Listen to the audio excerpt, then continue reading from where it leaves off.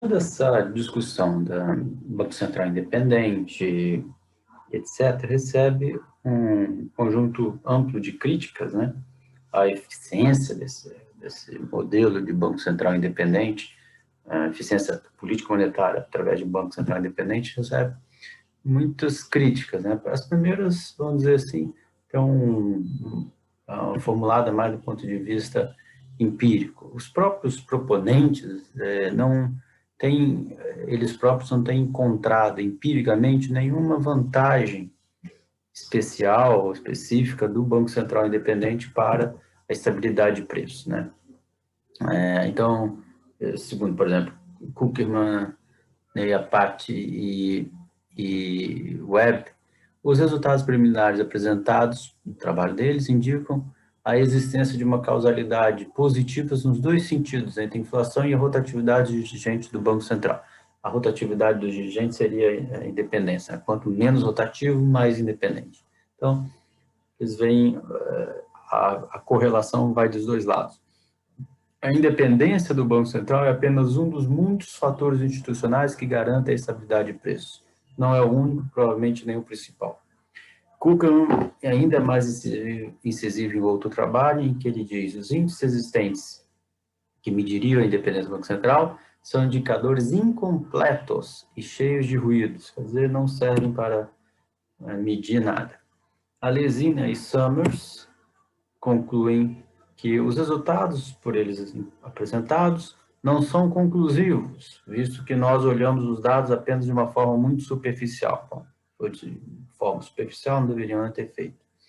Uma análise mais detalhada da relação entre a independência do Banco Central e o seu desempenho efetivo é ainda necessária. Quer dizer, eles não encontraram nada realmente robusto que provasse qualquer relação entre estabilidade dos preços e Banco Central independente.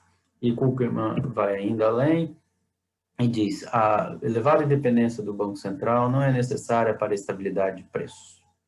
Então, não há nenhuma relação entre realmente empírica, encontrada por esses próprios defensores, todos esses aqui são defensores do Banco Central independente, eles não veem nenhuma relação rigorosa entre empírica, né, entre Banco Central independente e estabilidade de preços, né, como a teoria dele supõe. Então, nos fundamentos teóricos, o Cardin ele faz a crítica da seguinte maneira: a noção de um Banco Central independente é um resultado muito peculiar de hipóteses muito restritivas.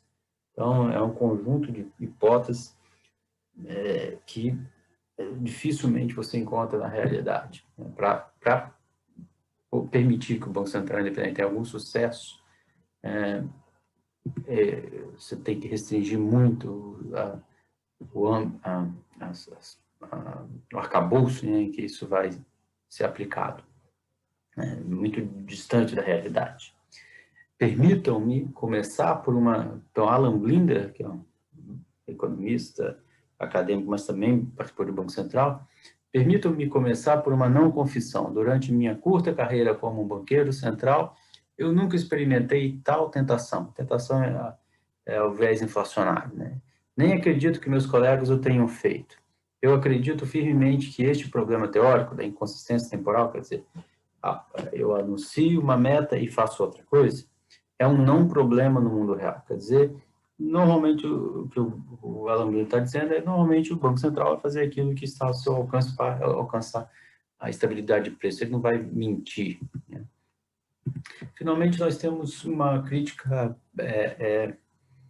política, né? Então, o Daniel Levy, ele faz a seguinte crítica: permitir um grupo independente de homens e mulheres mensurar os trade-offs entre inflação e desemprego e tomar decisões que afetam profundamente as vidas dos cidadãos é antitético à democracia, quando alguns deles ou delas são apontados por um grupo de diretores que não são eleitos pelos cidadãos. Democracia requer que a independência do Banco Central seja limitada de forma que os formuladores da política monetária não possam ficar longe do desejo do público expresso na escolha de seus representantes políticos. Então, essa é uma crítica à ideia de que o Banco Central tem que escolher uma meta de inflação até mais rígida do que a população como um todo escolheria se votasse. Essa é a ideia. Então, se uma das proposições, como a gente viu, é escolher um banqueiro central cuja preferência por desemprego seja maior do que a população. Então, a população prefere uma taxa de desemprego menor, mas o banqueiro central prefere uma taxa de desemprego maior, só para ter inflação mais baixa. Isso é antidemocrático, óbvio. Milton Friedman, por seu turno, e talvez seja surpreendente, era contra a ideia de Banco Central, pelas seguintes razões. A Grande Depressão nos Estados Unidos constitui testemunho de quanto mal pode ser causado por erros de um pequeno grupo de homens, os diretores do Banco Central, quando dispõem de vastos poderes sobre o sistema monetário de um país. Então, o Friedman também vai na linha de uma crítica política, né, à ideia de Banco Central independente, né, e não se pode conceder um grande poder a poucas pessoas, um grande poder como é a política monetária. Qualquer sistema que dê tanto poder a um grupo de homens cujos erros, compreensíveis ou não, podem ter efeitos tão severos e amplos é um mau sistema. É um mau sistema para os que acreditam na liberdade justamente porque dá a poucos homens um poder tão grande sem que seja exercido nenhum controle efetivo pelo corpo político. Veja, uma crítica absolutamente política. Este é o argumento-chave político contra um Banco Central independente.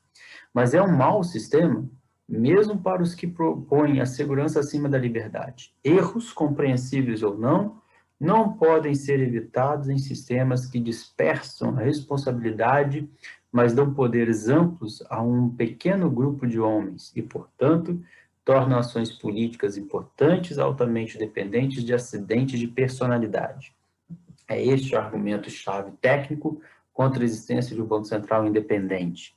Então, aqui esse argumento técnico é o seguinte: se você tem um pequeno grupo de pessoas que tomam decisões técnicas, mas podem errar, todo mundo pode errar, eles podem causar grande mal ao conjunto da sociedade. Então, você não pode deixar na mão de poucas pessoas, mesmo que eles sejam para tomar decisões técnicas, mas cujos erros de avaliação pode causar muito mal. Então, é melhor você ampliar esse poder de decisão, porque se o erro que seja cometido vai ser compensado um pelos outros. Então, parafraseando Clemenceau, dinheiro é coisa importante demais para deixar aos banqueiros centrais. Então, isso são críticas políticas, técnicas, teóricas e empíricas contra a ideia de que um banco central independente seja mais eficiente ou eficaz do que um banco central não independente.